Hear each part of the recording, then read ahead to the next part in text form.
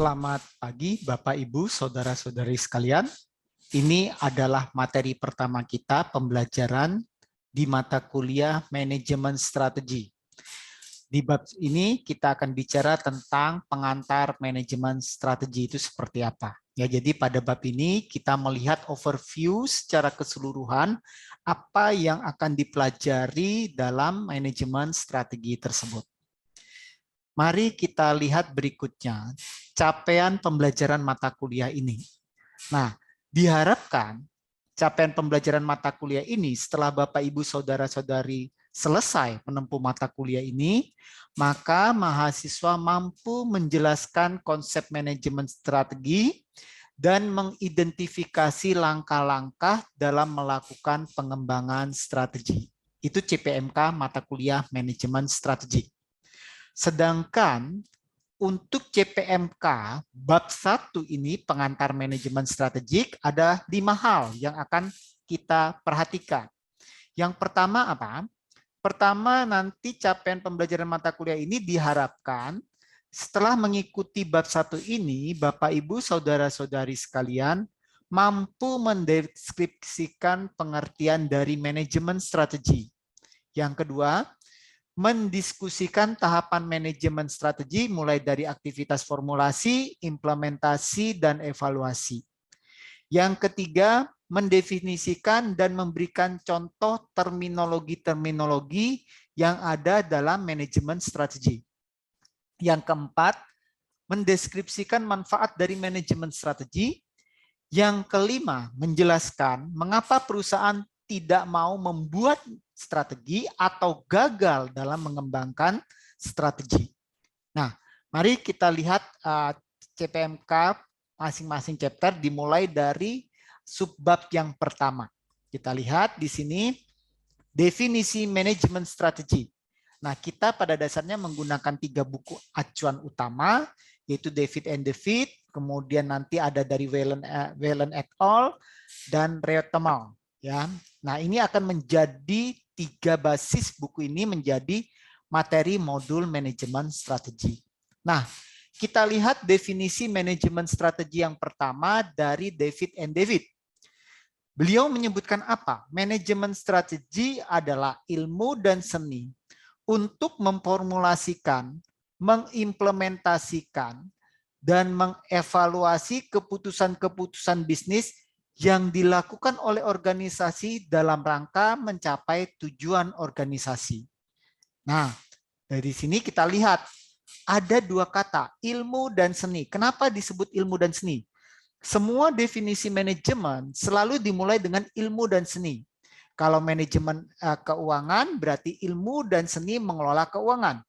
Manajemen sumber daya manusia, ilmu dan seni mengelola sumber daya manusia. Nah, kalau kita lihat di sini, manajemen strategi dimulai dari kata-kata ilmu dan seni. Nah, kenapa disebut ilmu? Karena ketika kita belajar manajemen, ini ada teori, postulat, hipotesis, preposisi yang semua akan kita pelajari bersama. Dan ini merupakan karakteristik dari ilmu pengetahuan. Nah, terus kenapa ada kata-kata seni? Karena teori yang sukses di suatu negara, katakanlah just in time di Toyota di Jepang, sukses membuat Toyota menjadi perusahaan kelas dunia mengalahkan General Motors. Nah, namun apakah just in time yang diterapkan oleh Toyota tersebut bisa kita copy? Kita terapkan di perusahaan-perusahaan di Indonesia? Tentunya tidak bisa. Nah, untuk menerapkan teori-teori tersebut, ada seni yang harus dilakukan oleh perusahaan. Seni-seni terkait dengan menyesuaikan dengan kondisi kontekstual bisnis tersebut berada. Sehingga manajemen selalu ada kata-kata ilmu dan seni. Nah, dalam hal manajemen strategi, berarti ilmu dan seni untuk memformulasikan, mengimplementasikan, dan mengevaluasi keputusan-keputusan bisnis dalam rangka mencapai tujuan organisasi. Nah, manajemen strategi seringkali juga disebut sebagai perencanaan strategik atau strategic planning. Namun istilah manajemen strategi digunakan untuk merujuk pada aktivitas. Tadi 3 aktivitas utama, kita formulasikan strategi, kita implementasi, dan kita evaluasi. Sedangkan istilah perencanaan strategi atau strategic planning lebih menekankan pada formulasi strategi. Sehingga nanti kita lebih senang menggunakan istilah manajemen strategi. Karena ini konteksnya mulai dari formulasi, perencanaan, implementasi, sampai evaluasi. Sementara kalau kita menggunakan istilah strategic planning, itu lebih pada tahap formulasi saja. Oke. Terus, buku berbeda. Rothermel menjelaskan manajemen strategi adalah sebuah bidang manajemen yang terintegrasi dengan mengkombinasikan analisis, formulasi, dan implementasi dalam rangka mencapai competitive advantage atau keunggulan bersaing. Nanti definisi competitive advantage akan ada di halaman berikutnya. Ya. Nah, sedangkan strategi adalah sekumpulan aktivitas yang diarahkan untuk pencapaian tujuan organisasi dengan mendapatkan dan mempertahankan kinerja superior terhadap pesaingnya. Nah, ini definisi dari manajemen strategi dan strategi menurut Rothermel. Nah, perusahaan yang mencapai kinerja superior dari pesaingnya dalam industri yang sama atau melebihi rata-rata industri akan memiliki yang namanya keunggulan bersaing. Namun, harapannya keunggulan bersaing itu bukan hanya pada satu periode saja, tetapi keunggulan bersaing itu bisa berkelanjutan, terus-menerus. Nah, itulah yang kita harapkan, yang kita sebut sebagai sustainable competitive advantage, alias keunggulan bersaing yang berkelanjutan. Nah, sementara Whelan et al. Mendefinisikan manajemen strategi sebagai sekumpulan tindakan dan keputusan manajerial yang dapat membantu dalam menentukan kinerja organisasi secara jangka panjang. Jadi manajemen strategik melibatkan keputusan manajerial dalam rangka apa? Dalam rangka kinerja jangka panjang. Nah, dari definisi kita pindah ke CPMK kedua, tahapan manajemen strategi. Nah, kalau dari buku David and David itu dijelaskan bahwa tahapan manajemen strategi itu ada 3, formulasi dalam hal ini perencanaan, implementasi berarti penerapannya di dalam organisasi, dan evaluasi berarti bicara tentang controllingnya, ya bagaimana kita mengontrolnya, ya. Nah, kita lihat satu persatu apa saja dalam tahapan formulasi strategi. Nah, di sini kita akan membahas pertama bagaimana perusahaan mengembangkan visi dan misi. Kemudian mengidentifikasi lingkungan eksternal terkait peluang dan tantangan, kemudian menentukan kondisi internal terkait apa sih kekuatan perusahaan ini dan apa kelemahan perusahaan ini. Setelah itu kita akan menetapkan tujuan jangka panjang, terus mengembangkan alternatif strategi. Nah, dari berbagai alternatif strategi yang kita hasilkan, maka kita buat prioritas mana yang akan kita lakukan. Nah, terus di formulasi strategi kita juga berdiskusi, bisnis baru apa yang akan kita masuki? Bisnis apa yang harus kita hindari? Apakah kita akan melakukan ekspansi atau diversifikasi? Apakah kita akan go internasional atau cukup di domestic market? Apakah kita akan melakukan merger atau melakukan joint venture?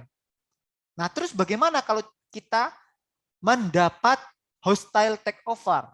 Jadi ada perusahaan lain yang ingin mengambil alih perusahaan kita. Bagaimana kita mempertahankannya?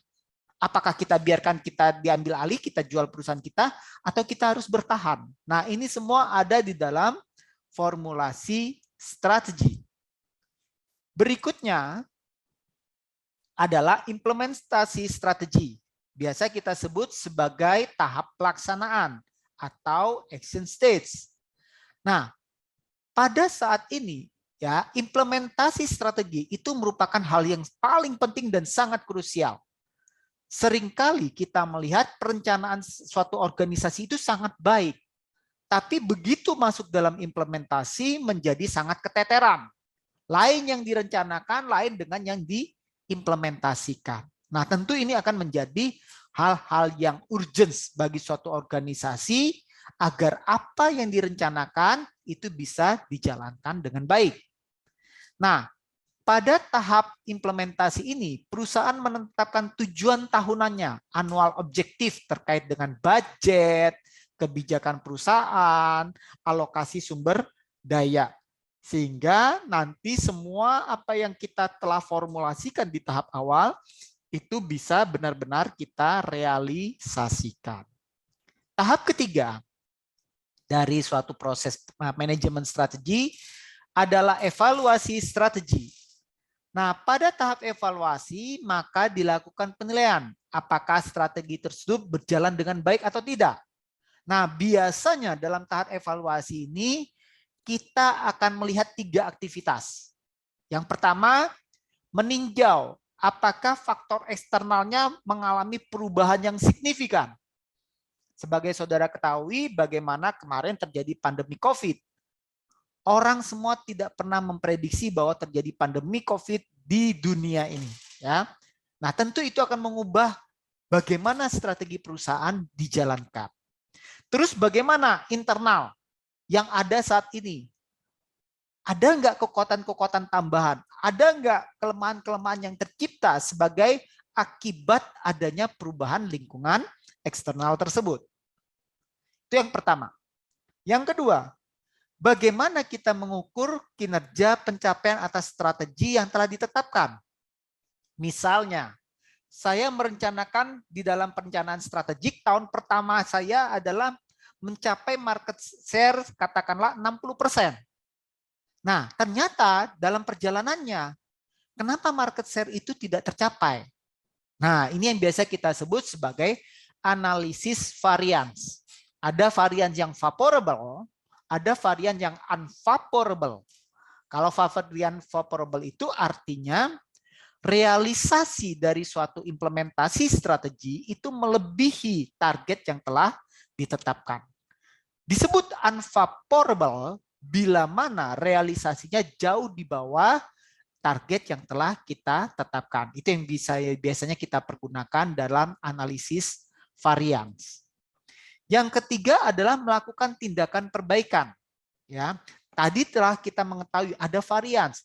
Targetnya 100 miliar, ternyata tercapai 80 miliar. Apa sih penyebabnya? Apakah memang karena kondisi eksternal yang berubah begitu drastis, atau produk kita yang sudah usang, atau layanan purna jual kita yang tidak bagus, dan seterusnya. Itu akan menjadi evaluasi dalam rangka melakukan tindakan perbaikan di masa yang akan datang. Oke, ini 3 tahapan menurut David and David.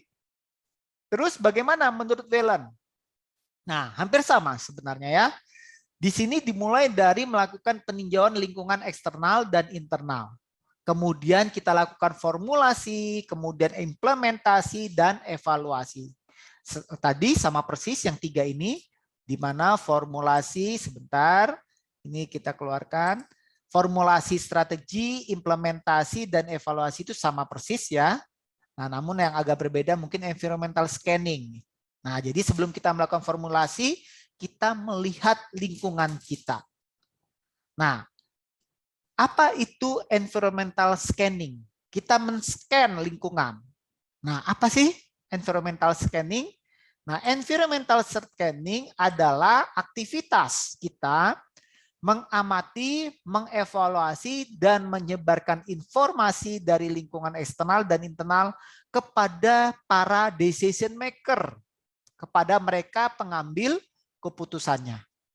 Nah, tujuan dari environmental scanning adalah mengidentifikasi faktor-faktor strategi yang dapat membantu dalam pembuatan analisis keputusan strategik perusahaan.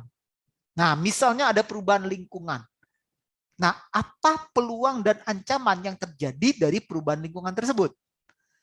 Biasanya yang mendapatkan informasi ini tentu orang-orang di lapangan, para sales, itu mereka mendapat informasi pertama dari tangan konsumen.